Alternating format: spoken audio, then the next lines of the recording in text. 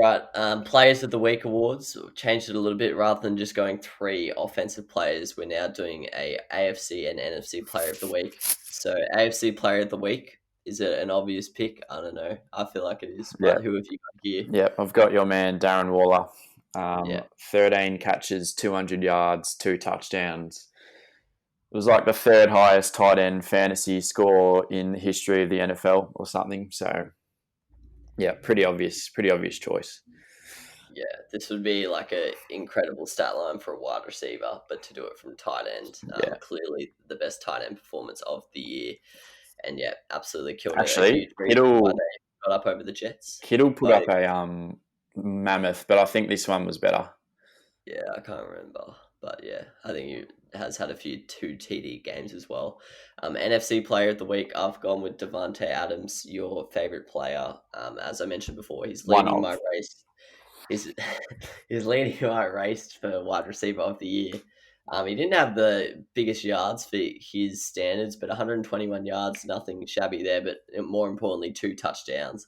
It's basically a lock for a touchdown a week at this point, and the Eagles' defense is nothing to slouch at. So I think it was pretty solid from Davante this week. He's scored 13 touchdowns, and he's missed 2 games and left one in like the second quarter. Yeah, the man is insane. Yeah, my volume has been at full volume this whole time, so I've probably been very painful to listen to, but pretty shattered about that. I've just ruined the potty, but oh well. You sound fine to me, mate. Oh, thanks, mate. But trust me, it won't do the listeners. But offensive rookie of the week, who have you got here? Justin Jefferson, 120 yards and a touchdown, 9 receptions. Helped the Vikings get up over the Jaguars. And yep, he's been balling out for the whole season, pretty much. He's a god. Yeah, he's a beast. I had Justin Jefferson, but I had him just above my bloke, but I gave it to my bloke just for a bit of a change up. So I gave it to Jonathan Taylor. Had a bit of a breakout last 2 weeks, 135 scrimmage yards and a touchdown.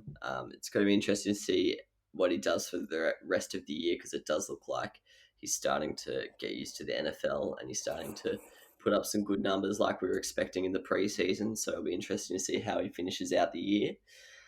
Defensive Player of the Week, I've given it to the Honey Badger, Tyrann Mathieu, one of my favourite defensive players to watch.